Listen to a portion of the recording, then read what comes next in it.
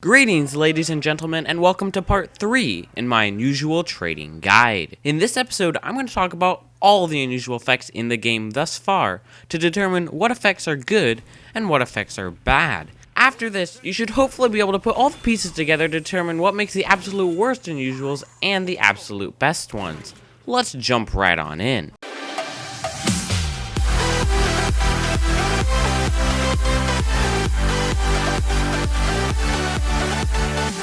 Like in the last video, I'm still going to only be covering unusual hat effects. I will make a whole episode on unusual taunt and weapon effects sometime in the future. Oh, and if you haven't seen the first 2 episodes in the series, it might be beneficial to do so. I'm going to leave a link right here for the first one and here for the second one, as well as a link to both of them in the description below. Let's jump into the basics of unusual effects. Unusual effects are released in what many call generations. Every so often, Valve releases a new generation or series of effects. These basically just correspond to different crates in which you can unbox the different effects in. This means that unboxing different series of crates will actually drop you different unusual effects. While the effects you can get vary dependent on the crate you unbox, you can theoretically get any hat that is available in the unusual quality with that effect. Alright, so let's jump right on into the different generations or series of effects. I'm just going to say this, there are a lot of them, so this video might get pretty lengthy. Alright, let's start with the first generation of unusual effects. Can you guess what the name they go by is? The first gen effects. These effects can be unboxed by opening up a Manco Supply Crate series number 1 through number 25. First generation effects are very well loved by pretty much everyone in the community. They look great by most people's standards and they sell pretty easily. Because of this, there are some traders that only like dealing with first gen unusuals. I think that's a little silly, but hey, I guess it's up to them. Here are the first gen effects. I'm going to put a number next to each effect, a number 1 through 5 representing, in my opinion, how easy the effect is to sell. Obviously, you can sell pretty much any effect at a discounted price, so this number represents how easy it is to get offers on the hat. The higher the number, the more and the better offers it gets. Alright, the first generation effects are as follows. Green confetti, purple confetti, haunted ghosts, green energy, purple energy, circling TF logo, masked flies, burning flames, scorching flames, searing plasma, vivid plasma, sunbeams, circling peace sign, and circling heart. As you can tell, I only rank 2 of these effects below a 3 out of 5, which is really good. Effects like burning, scorching, sunbeams, or even purple or green energy are some of the premier effects in the game. They maintain a high price and often get some pretty absurd offers. From my experience, effects like the confettis, searing and vivid plasma, and the TF logo are in fact harder to sell than the rest, but since they are still labeled as first gen, the quote-unquote best generation, you likely won't have too hard of a time liquidating them. Oh, and flies, what are we gonna do about you? As an effect, fly sells very poorly, mostly because it looks like a piece of crap. Anyway, let's move on to the next effects, you guessed it, the second gen effects. You'll be able to grab a second gen effect by unboxing any crate from series number 26 through number 58. Personally, I love second gen effects. In general, they are not very well liked nor hated. Because of this, all the effects are very inexpensive. You rarely find a second gen hat with a value more than 30 keys unless it is an all class or maybe even a misc. You can actually get some really nice second gen hats under 30 keys. Because they are so cheap, they actually do sell pretty well, as there are more low-tier unusual traders than high-tier unusual traders. However, they do not get some of the super amazing offers that first generation hats get. They get mostly pretty modest offers. The second gen effects are as follows. Bubbling, steaming, orbiting fire, orbiting planets, nuts and bolts, smoking, stormy storm, and blizzardy storm. None of the effects are super flashy like some of the first gen effects, yet a lot of people will still trade for effects like steaming, smoking, or blizzardy or stormy storm. Both bubbling and nuts and bolts sell the worst of the generation, but that doesn't mean they're unsellable by any means. Next, you guessed it, we have the third generation effects. You can unbox third generation hats from uncrating any crates from series number 59 through series number 92. Unfortunately, third generation effects are despised by most of the trading community. The effects are honestly not any worse than the second gen effects in terms of looks, yet they are still discriminated against. You might ask the question, why is there this stigma against them? The answer is that there are so many of these hats in existence.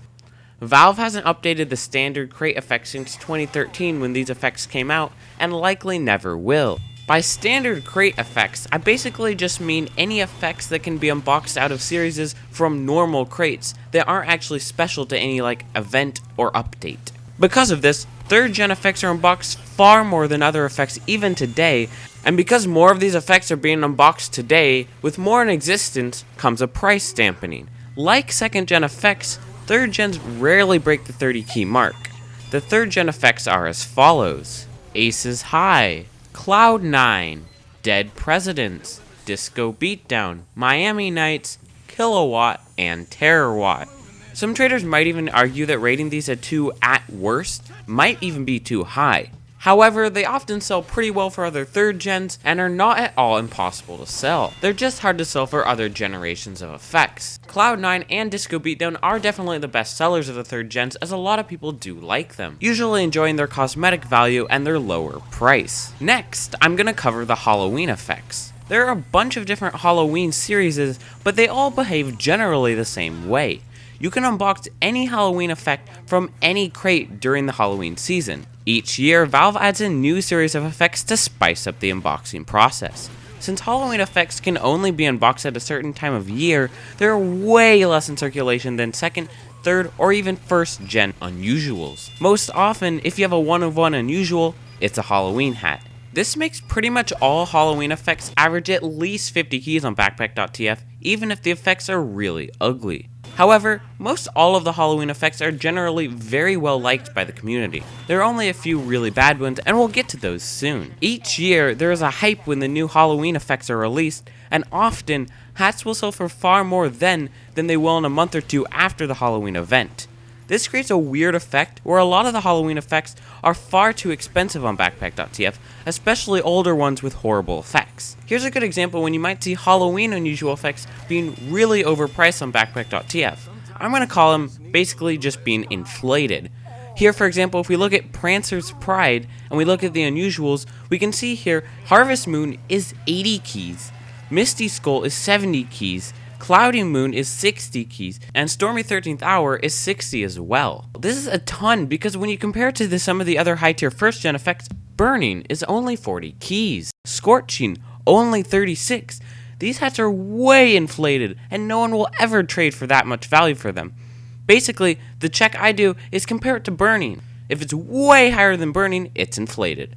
Okay, now that you know a little bit about Halloween effects, let's go over the different series.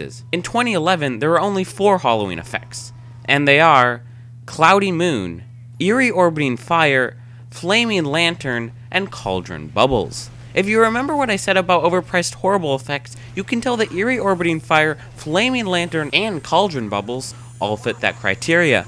Most people don't like them, yet they still average at least 50 keys on backpack.tf. Oftentimes, you'll be hard-pressed to get any offers at that price. Cloudy Moon is a very high-tier effect and is liked by pretty much everybody.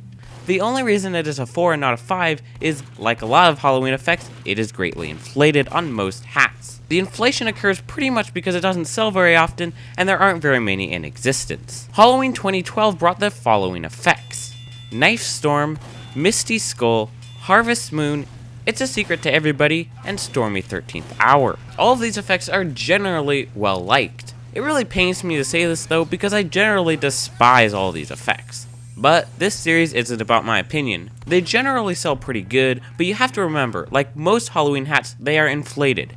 Hence the inflated symbol I put next to them. While these are high tier effects, you might find yourself having a harder time selling them than having like a 1st gen hat. Valve added more effects in 2013. They are as follows: Arcana, Spellbound, Hellfire, Dark Blaze, Demon Flame, Something Burning This Way Comes, Poison Shadows, and Chiropetra Venenata. All of these effects are very well regarded by most. I think they look pretty awesome and they sell pretty well. Honestly, they're all pretty similar in terms of their tier level. They're far less inflated than the previous Halloween effects, so that's good. You still may need to watch out occasionally though. 2014 brought some of the weirder Halloween effects. They are as follows: Amaranthine, Bozo the All-Nine, Ghastly Ghost Jr., Haunted Phantasm Jr., Stare from Beyond, and The Ooze. While these effects are not as loved as the previous Halloween effects, they're still pretty well regarded.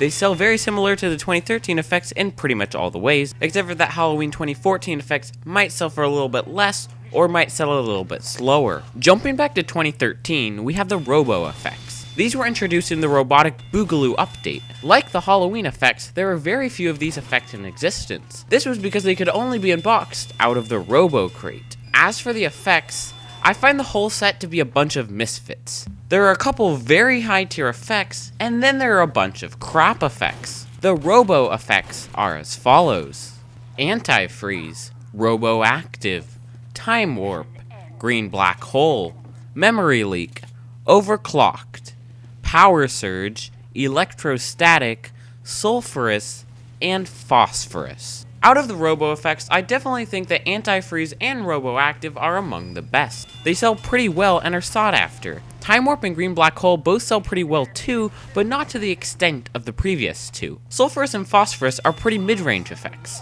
They sell pretty well on good hats and less so on bad hats. Overclocked and Memory Leak are pretty much joke effects because you can barely see them, and I swear the only people that ever trade for them are people who haven't yet seen the effect in game. That being said, they sell very poorly. In general, the Robo effects, similar to the Halloween effects, can often be very inflated and overpriced on backpack.tf. Often these prices of these hats have not been updated on the site for years and can likewise lead to some very inaccurate representations of the effects. For example, both Power Surge and Electrostatic are very inflated. At their current backpack.tf value, they're often very hard to sell.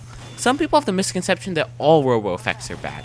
That is not true. If you're really concerned, just try to avoid Memory Leak, Overclocked, Power Surge, and Electrostatic, and you should be alright. In 2014, we got the end of the line update, back with 4 new effects. They are as follows: Death at Dusk, Frostbite, Molten Mallard, and Morning Glory. Just like the Halloween and Robo effects, these effects were only unboxable in one crate, the end of the line community crate. Similarly, there are not a lot of these in existence. Death at Dusk and Morning Glory sell very well, with Frostbite lagging just behind. In my opinion, these are some of the most aesthetically pleasing effects in the game, and because of that, they sell very well. Molten Mallard is usually a hard sell though, as it is often far too expensive on backpack.tf. The effect isn't really that good to the eyes of most traders, and they typically won't want to buy a regular old hat with Mallard for as much as 50 keys. In 2015, we got the Invasion update. This update contained brand new effects, only uncreatable in the Confidential Collection case and the Quarantine Collection case. After the Gunmetal update, Valve decided to turn the TF2 update formula upside down, and we saw sweeping changes to the way Unusual Unboxing worked. Valve made a huge mistake here and only allowed Invasion effects to be unboxable on Invasion hats. On top of that, Valve implemented a new rarity system, where the mercenary grade hats or the blue hats were generally the cheapest and most common, whereas up at the top you might get some reds or some purples, which would be more rare. Basically, what that means for unusual effects is that there are some hats that are super duper rare in unusual quality, and others that are super common and flood the market. A great example of this would be the Corona Australis for the Sniper. Any effect on that hat sells for around 250 keys due to its extreme rarity. I mean, only 15 of that hat even exist in unusual quality. Anyway, to the effects themselves, most of them are pretty meh. There are a few okay ones, and then there's the Godly Nebula, which in my opinion is the best effect of the game, hands down, nothing comes close. Due to the fact that the Invasion hats can only be unboxed on around 6 hats, we see the market being completely flooded with certain hat/effect combos. This leads to a huge price reduction, where most effects don't break 30 keys. With more sellers, makes the hats just a little bit harder to sell. The saddest thing is that you pretty much can only get these effects on Pyro or Demo Man with the Head Full of Hot Air or the Universal Translator. The only other hats you could get are all class unusuals, and those cost hundreds of keys. The effects are as follows: Abduction, Atomic, Subatomic, Electric Hat Protector, Magnetic Hat Protector, Voltaic Hat Protector, Galactic Codex, Ancient Codex, and Nebula. Atomic, Subatomic, and the Hat Protectors and Codexes are all hats that are currently flooding the market. Between their poor effect and being unboxable on so many mercenary grade hats, they are a harder sell. Abduction is a pretty mid-range effect, and Nebula, of course, costs a crap ton. I'm talking at least 100 keys for a Nebula hat. Finally, we have the Halloween 2015 effects, unboxable out of the gargoyle case. I didn't put these effects next to the other Halloween effects as they behave way differently than previous years. Instead, they behave more similar to the invasion effects. Remember, since the gunmetal update, Valve decided to turn the update formula upside down. Unfortunately, that means that the Halloween 2015 effects can only be unboxed on a few hats. They also changed how you unbox the new effects. No longer can you just open up a random crate and get the brand new effects. You can still open up a random crate to get old effects, but the only way to get the brand new ones is to open the gargoyle case.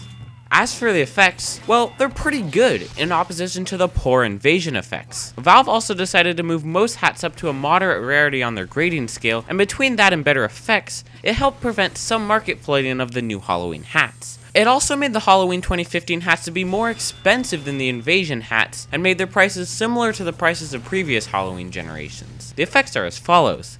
Death by Disco. It's a mystery to everyone. It's a puzzle to me. Ether Trail, Nether Trail, Ancient Eldritch, and Eldritch Flame. There isn't actually much to say about the individual effects. Just pick your favorite and go with it.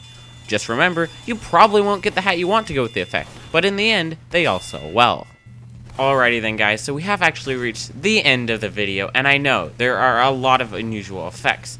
But of course I did need to cover them all, at least for my sanity, because I really want this series to be as complete as it can be. Anyway, here's a quick review for all the people who don't actually want to watch the whole video. First gens are usually the best and sell very well. Most Halloween hats sell well too, but not as good as the first gens. The good robo effects sell well, whereas the bad ones sell like crap. The end of the line update effects sell very well, except for Mallard. The second gen effects and invasion effects sell alright, but are generally pretty mid-range. At the bottom, we have third gen effects, which, due to the unfair stigma, sell like crap. Alright, there we go. We're done. And if you made it this far through the video, you're awesome. That's gonna do it for this video. Join me next time where I talk about buying quick sells, where I finally show you how to buy your first unusual hat. Until then guys, goodbye.